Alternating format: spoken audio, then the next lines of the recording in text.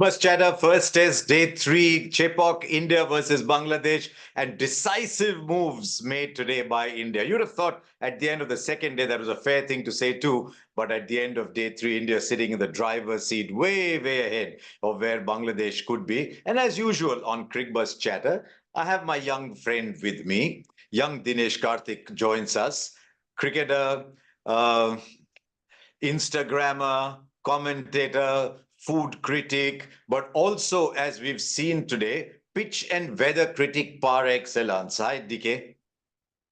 Good evening, Harsha Garu. I hope everything is good. It's been an absolute pleasure spending the last 6 hours with you, and I'm happy to keep continuing.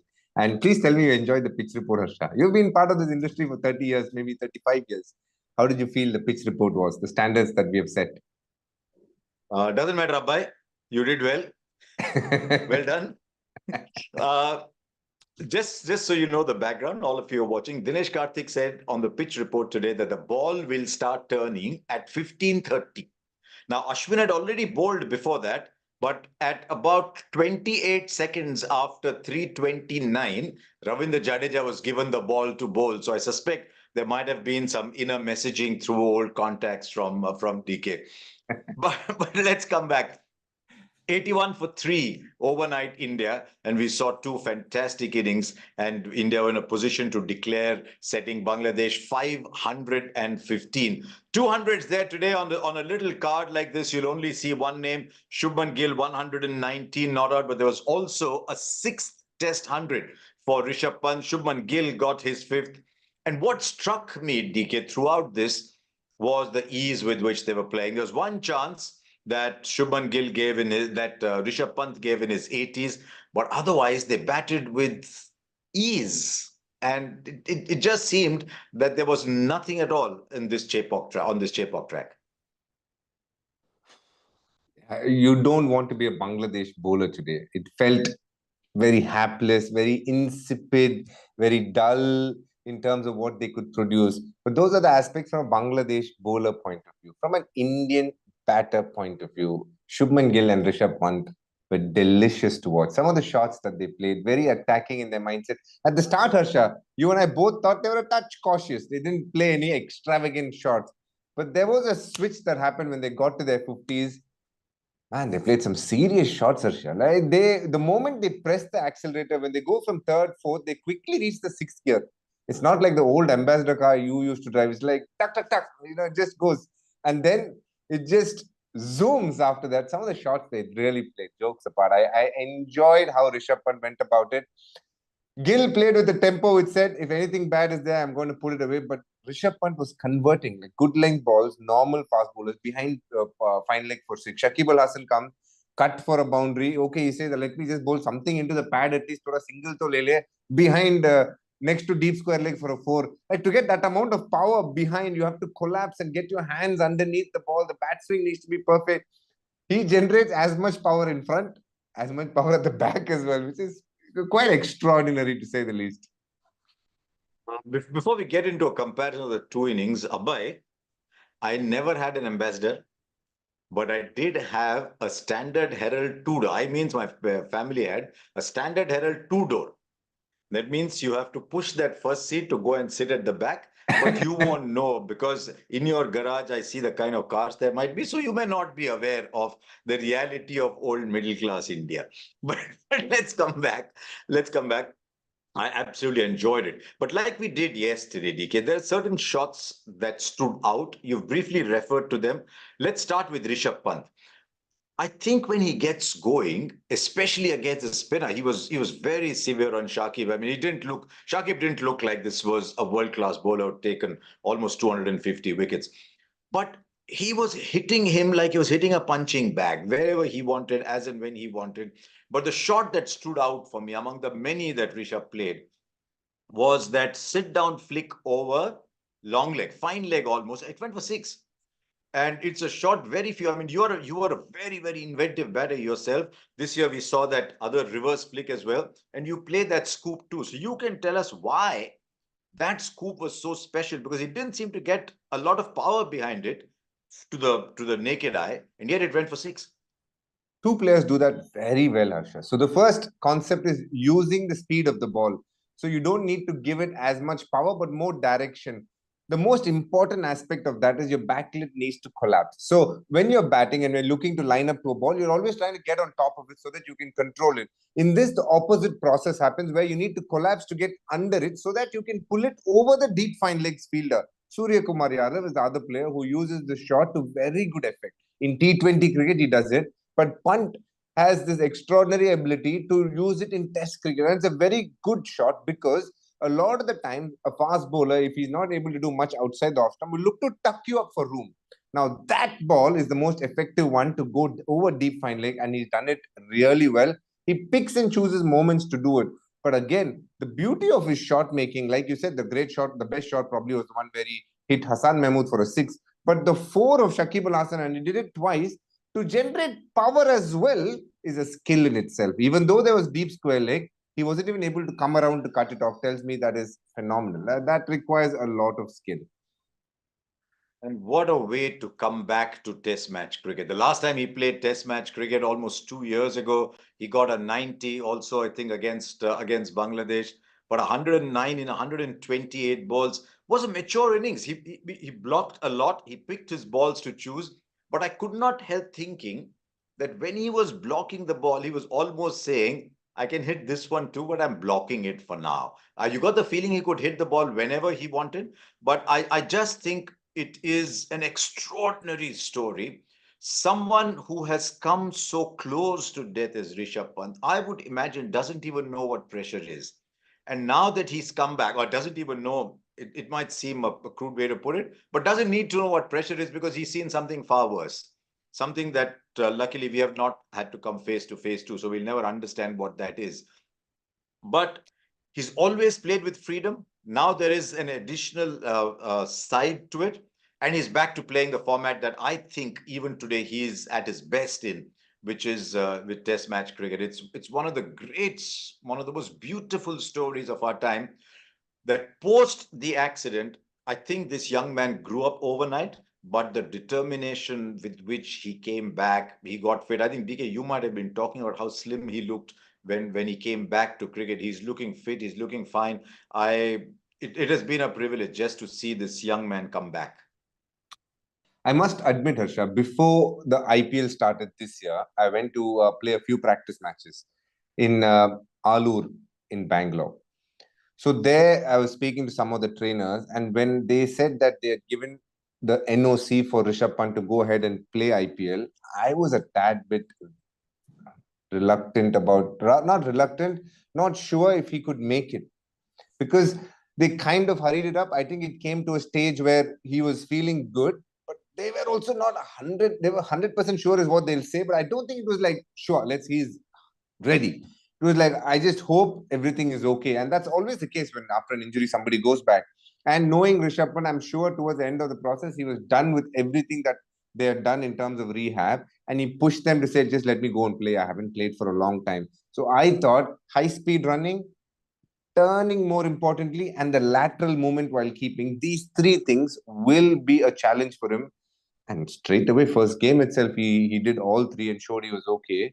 But the mental struggles that he would have had, I don't think many can empathize with him. Not everybody would have gone through an experience like him.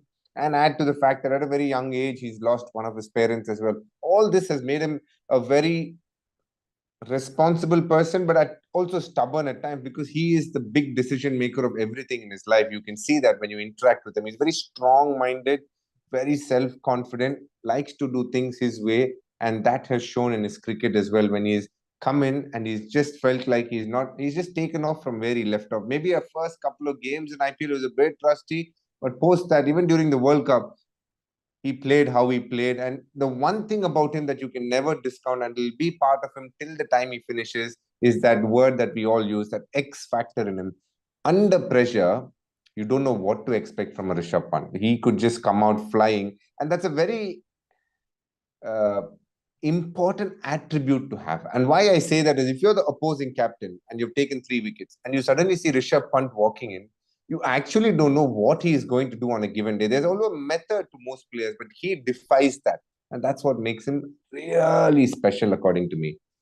I think the reason he plays the shots he does is something that you said a little while ago, that the events around his life, and it's such a young life still, have given him this self-confidence that he backs himself, that he's his own decision maker, and he will play the shots. And you need that absence of fear to be a Rishabh Pant.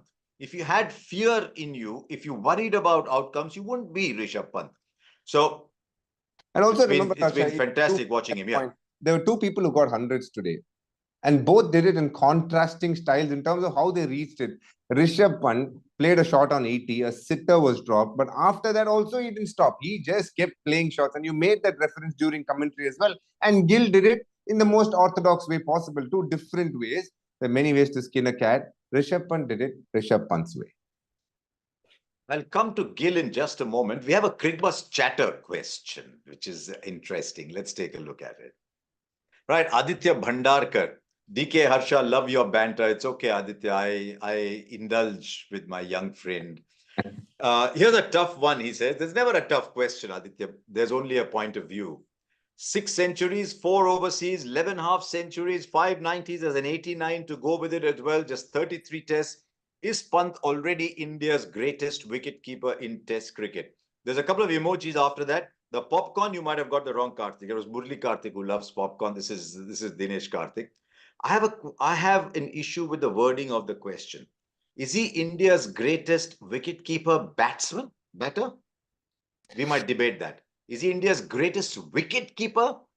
I don't know just yet. He's only a very young man. We are talking about some fantastic keepers who've kept for India. As a batter who keeps wickets, he's laying claim. He's laying claim. It might be early in his career, but he's certainly laying claim to getting there. And I'll be surprised if he's not there at the end of his career. I think you answered the question as well. I can only think of one other contender who's played a volume of matches as a wicketkeeper batsman and made the impact. Saeed Kirmani played a lot of matches, but I would like to think MS Dhoni made a much bigger impact as a player, as a batter, as a keeper. So my first name, along with Rishabh Pant, would be those two players. So it's a close competition. And why I already feel he's achieved phenomenal things in the little time that he's played cricket. He's got 600s, 4 of them abroad, and just the 2 in India. And add to the fact that he's got 690s, 189 not out. I mean, he's done things which no other Indian keeper has done. And the only reason why we wouldn't say as of today that he's the greatest wicketkeeper batsman is because he's still playing, and it's pretty unacceptable to say he's played 35 tests and he's India's greatest ever wicketkeeper. In a way that paints, I think, Indian cricket also in softer light, because there have been players who played 120 tests and 97 tests in Dhoni's case. And these are big numbers. To play that volume of tests also is a skill in itself. So let's take time. Let's not jump to the conclusions. But definitely, he is exactly like Harsha said, on course for sure. When he finishes, he will be India's greatest ever wicketkeeper batter. But don't discount Dhoni's credentials as a wicketkeeper as well. He not only kept brilliantly, he batted and scored runs when it mattered very, very well for India, but also he led India to a World Test Championship mace, which is becoming #1. So you got to give all that weightage as well when you speak about a player all round. Purely as keeper, old timers talk about Naren Tamane, there's Nayan Mongia, there was Kiran More, so many clean wicket keepers. But as a batter, yes, Aditya, he's almost up there. Now there's another young man who scored runs today, and DK briefly referred to that he did it his way. We talk about specific shots on this program. We talked for some time yesterday about the back foot punch and the hit through mid wicket for Shubman Gill. Today he played spinners largely. And DK, I loved his footwork. He finished 119 not out, 10 fours, but I'm going to focus on that bottom line. 4 sixes, because what I enjoyed today was the footwork, especially against the off spinner. Mehdi Hasan Miraj, the off spinner. And before I come to you, I'll just tell you one little observation. Normally, when a batter comes down the wicket and hits it in the air, you tend to look at the fielder at long on. The clean hitting that we saw today, every time he hit it, I wasn't looking at the fielder because I was assuming it was clearing the boundary by a long margin. Except one, he found the gap, it cleared the boundary by a yard or so, but the other 3 sixes were just so clean. Let's come to the sixes first, Ashra. He's got a great technique to hit sixes. He's got to understand, first of all, he's a tall man. He's got longer levers. And when he gets that back lift with that with that wrist cock going, the amount of power he generates, and also he'll always have very good control of it. That's why if you do notice, Harsha, you were speaking about long on and deep mid wicket, and interestingly, all the three times he hit it in the gap. There are two types of six hitters. One, the Pollards and the Russells, who don't matter who is in the field. They are only looking to hit into the 10th stand available. And there are players who look to hit in gaps for sixes. He is one of those players. So inadvertently, he's always tuned to look at gaps to hit sixes. And today was an example of adding technique and finesse to that, and the bat swing, which I always enjoy watching when I watch a Shubman Gill bat. It was a knock laced with good-looking shots. As I said, for me, whenever I look at Shubman Gill, I feel I see greatness in him.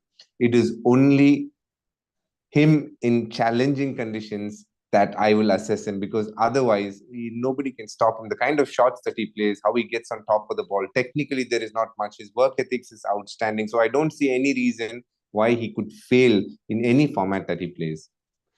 I'm glad you added that caveat, actually. People watching this program, I think, here are two guys going gaga over everything that happens in Indian cricket. I'm glad you added the caveat about challenging conditions. We'll wait and see. My gut feel is that he will adapt to Australia better. He's already gone to Australia and scored runs, so he knows the conditions there. I'd wait and see a little bit about South Africa, New Zealand, England. But why worry about that when he's hit 300 in his last 5 innings just now? Because I think the time now is to celebrate what we are seing. There was a time when he was on the verge of being left out of the side. He was averaging 20-21 batting at number 3. He'd made the conscious decision himself to go down to number 3. It's a position that has been occupied with enormous success, with enormous credit by Cheteshwar Pujara for a long time. We often talk about filling Kohli's boots. Filling Cheteshwar Pujara's boots was a huge thing. 6,000 plus runs, many great hundreds, great tours of Australia, and he was averaging 21. Since then, he's hit 300s in 5 Test matches, and hopefully he's on the way, because he's got age on his side, he's got skill on his side, and these are his last 5 Tests. I mean, there's 104, there's 110, there's 119 not out, there's that 91, and that 52 not out was a tricky chase where he anchored the innings through. At the moment, he can do no wrong. We'll wait and see when the conditions get a little more challenging. Now, what that declaration meant was India gave Bangladesh 47 overs, and I don't think they planned it that way, but that was the number of overs Bangladesh played in the first innings. But I thought they started off much better, DK. I thought the openers handled the new ball better, and they'll be sitting there tonight, and I hope they're not watching this. They'll be kicking themselves getting out for 32 and 35 once they were set. I mean, they could easily have gone on 33 and 35, rather. They could easily have gone on and got bigger scores. So you see, this is symbolic of Bangladesh, where there is promise shown, but no fruition of the promise. 33, 35, 51 not out. I thought Najmul Hussain Shanto was the best player today. But then Mominullah 13, he looked a little out of sorts. Mushfiqur Rahim trying to take on the bowling. And as a result, 158 for 4 is almost a nothing score in the context. What's very evident for me as I watch them is some of their players lack international cricket exposure. And what I mean by that is, if you watch the Shubman Gill play, if you watch the Rishabh Pant play, there are two things that will come into your mind. A, the confidence that they carry, and B, the fact that they've done it before and hence know how to do it. The Zakir Hussains, the Sadman Islam who batted today, it's very obvious that they have skill. They have skill to succeed for Bangladesh. But what they lack is the expertise to do it, because the standard of cricket that they play in Bangladesh when they play domestic cricket is not that high. And when the bridge is so big to gap, when they come into international cricket, it takes time. If you see the ones who have even scored in Pakistan when they won the series, it's the usual suspects: Mushfiqur Rahim, Shakib to a decent extent. Then there was Litan Das who's done well, and Mehdi Hasan Miraj. So I think Bangladeshi batters need 25, 28 test matches at least for good, talented batters to understand how it's done in international cricket. Some players will get the opportunity, some players might not. I feel Zakir Hassan looks like one who has time, so he might get few more opportunities. But Sadman Islam looks like one that will have to grab his opportunities. He is getting set, but he is getting out in ways that is not acceptable for an opener to get out. When I say not acceptable, I don't want to be too hard on the player, but what happens is, in international cricket, especially as an opener, There's always going to be tough periods of play where you'll nick off, where you'll get some unplayable balls. So these 30s need to be converted into hundreds for you to stake a claim consistently in the 11. Otherwise, when you turn around and look after a couple of failures, your series will look duck 30, duck 5. And that's not going to be helpful for your careers. What I felt as I saw them bat today. 500 runs, nobody scores 500 runs in the fourth innings to win a test match. Bangladesh's highest score to win a test match is 217. So let's look at what lies ahead for Bangladesh and in terms of the kind of mountain they have to climb. We've prepared a little graphic for you to see how many peaks they need to climb. Never have Bangladesh ever stitched a 50-plus opening stand versus India. Highest before this was 38. Tamim Iqbal, who's with us in commentary, and Sharma Sarkar, who Dinesh Karthik sends New Year greetings, Diwali greeting, Eid greeting, every greeting. Once a week he sends a greeting to Sharma Sarkar. Never have they ever chased 250 plus in a winning cause. If they get to 250, they will realize they've got another 250 and more to chase. Never had a centurion in the fourth innings in a winning cause. That's a difficult one. Or more than 250 plus scores in the fourth innings of an away test. But they've also never defeated India in test cricket. And I dare say, DK, we'll be talking about the same things at the end of this test match. They wouldn't have defeated India. I mean, you never say never in this game. That's the one thing I've learned after all these years. And so we tend to say highly improbable, but it's not going to happen. I go back to what happened in one of my Hey CV shows, Harsha. Question was asked that Bangladesh has done well against Pakistan. What do you think are the chances against India? And I said, look, beating Pakistan in Pakistan is great, but India is a different kettle of fish. And this is what I meant. India were tottering at 144 for 6. But then there are two all-rounders coming in at 7 and 8 who know the conditions better than anyone else. Arguably two of the best all-rounders going around in world cricket. And they turn the game on its head and put pressure back on Bangladesh. And then the fast bowlers come do their thing. And we have seen how it's panned out. It is very hard to beat India. And if you remember what Harsha said, 17 series have gone by and no one's still beaten India in India.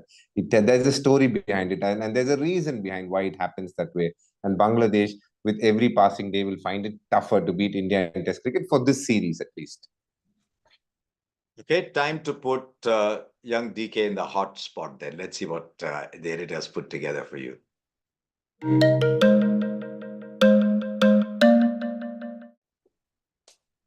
And I'll be honest, there was a lot of talk going into this series about what had happened in Pakistan. And don't take any credit away. They played excellent cricket in Pakistan.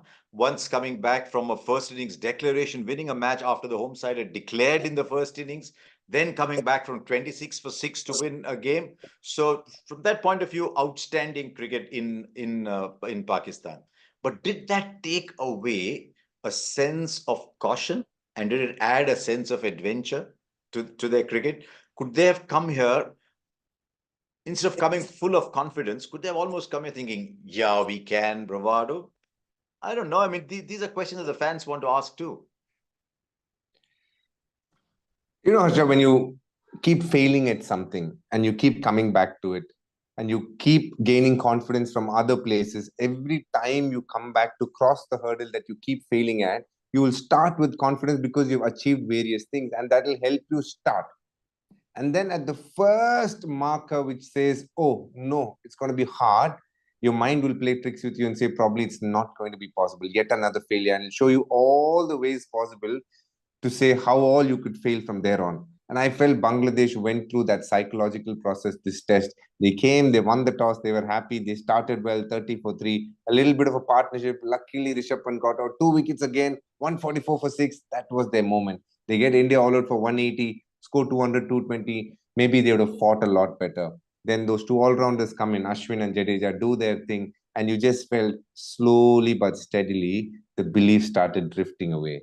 When they went overnight, I think the game was pretty much done and dusted in their mind, saying, oh God, here we go yet again. We are going to be on the back foot after that. And then the batting followed, which showed a little bit of less skill, but also the mental application not being there. And then the old demons keep coming and fighting in your brain. And I felt that is the kind of process they went through psychologically. And that's why a lot of people who've played a lot of sport or been in tough management situations, been in tough situations anywhere else in life, they always talk about knowing how to win. when you've been in situations long enough, you learn how to win. And a large part of that is in navigating situations. And well, as Bangladesh have played in patches, I just thought that is where they held back. I mean, today, in all fairness, we've been talking about the quality of the attack they're up against. In the first innings, it was Bumrah, Siraj, Akashdeep largely. But if you're playing in Chennai, it's hardly ever that India leave a test match from Chennai without a Ravichandran Ashwin signature on the test match. He did that with the bat, but today, unchanged 15 overs. They went after him a little bit, and that's why economy of 4.2. But he doesn't worry about that too much. Picked up 3 wickets. And yeah, a little bit of help. Good catching. KL Rahul's catch was a good one. So was Shubman Gill's and the wicket of Mominul Haq. Now, tell me about the Mominul Haq wicket, because that is the one the off spinner enjoys the most. To the left-handers, he was getting the ball to straighten around leg and middle. Did Mominul Haq play for that ball? Because at this level, you don't play down the wrong line that much, and it just beautifully curled away to hit the stumps. So today, Ashwin's plan was there's not too much happening outside the off stump. So I'm going to try and attack a lot more in the middle and leg line. And we observed that on comms, how much more into the stump he was. And then there was a small point where he realized, you know what, the ball is starting to turn. These kind of pitches, Asha, it's very interesting. When a partnership is going, you feel like nothing is happening. When the new batter comes, you feel all sorts happening. And that's kind of how a Mominul and a Shantu felt at the start.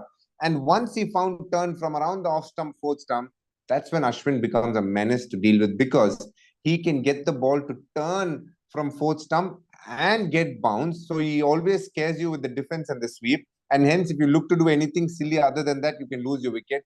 Add to the fact that if the ball doesn't hit the seam and hits the leather, he has this uncanny ability to just get the ball to skid through and hit the bat. And that causes the number of LBWs. You know that number, somewhere around 250, 256 is what you said. How he's troubled left-handers around the globe. Yeah. The most number of left-handers ever taken by a bowler, etc. And that's the reason. At one point, when he got a couple of wickets, it was 257 versus 260. Left-handers versus right-handers. But that ball that you talk about is beautiful. It comes like a saucer. So some balls come like a saucer. Some balls come like this. Some go at a crazy axis. But if you ever talk to Ashwin about it, you have to be an engineer to understand what he is saying. It reminds me of a conversation I had with Prasanna once. We are at an airport, and I asked him, I said, everyone says that the ball drops.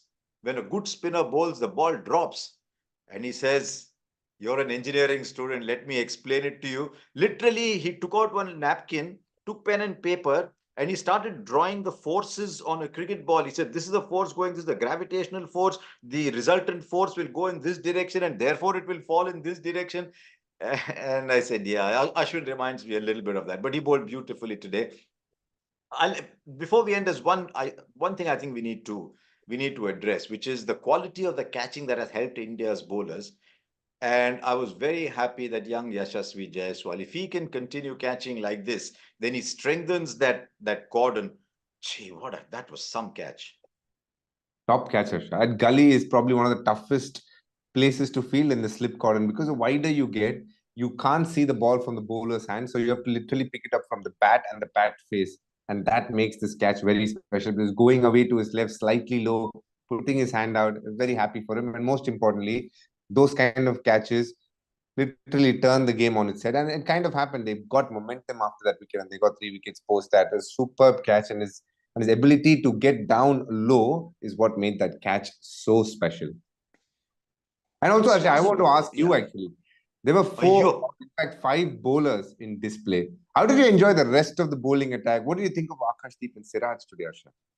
I actually thought Akashdeep bowled well, because he showed that he can get the ball to move both ways. He's clearly the 5th bowler in this lineup. So he's got to make the most of whatever spells he gets. And I thought there was a bit of aggression about him. He bustles his way in. He was high 130s almost throughout. And maybe because Siraj is recovering from an illness, he wasn't bowled very much. But I liked what I saw, I must admit, about Akashdeep. But he would have seen the match situation and realized, when you come to the second innings in India, Ashwin is your number 1 bowler. Ashwin is your number 2 bowler. Jadeja is your number 3 bowler. Jadeja is the number 4 bowler. If I get a bowl, I get a bowl. So I think in the opportunities that he had, he did phenomenally well. I was quite interested in bowling Siraj when the light was bad. If he had bowled spinners, would they have played another 2 or 3 overs? I don't know. Should Siraj have bowled off breaks? We were talking on air about Chris Wokes, a similar situation. He had to bowl off breaks, and it became very clear that Chris Wokes would not get into any team as an off spinner, whatever his other skills might be. Do you think Siraj should have just come and turned his arm over for 4 balls? He actually offered to do it. But the fact is that All Rohit, that, yeah. yeah, he did. He said, मैं डालूंगा, but Rohit was very clear that no, no, it's not required. We're not in that much of a hurry. We'll come back. It wasn't like it was 8 or 9 wickets that if he did bowl and then the Yeah. spinners came and took a couple of minutes. They needed 6 more wickets. So they realized whether if they had to work half an hour harder tomorrow, let them do that. But he didn't want to, do these sort of things which in any way will cause disharmony in their minds where they think it's easy to play test cricket. He's very hard like that, Rohit. Outside, he's very cool and chill about things, but very meticulous and doesn't want to give an inch. And that was an example for me, actually. Okay, so end of day 3, there's a lot of runs to be scored, 6 wickets in hand. It's time to go fast forward.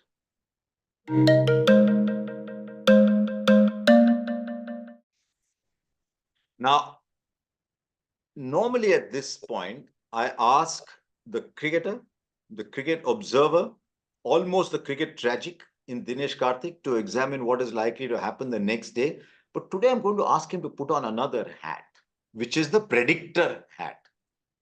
Yesterday, on this morning, he said 15:30 the ball will spin.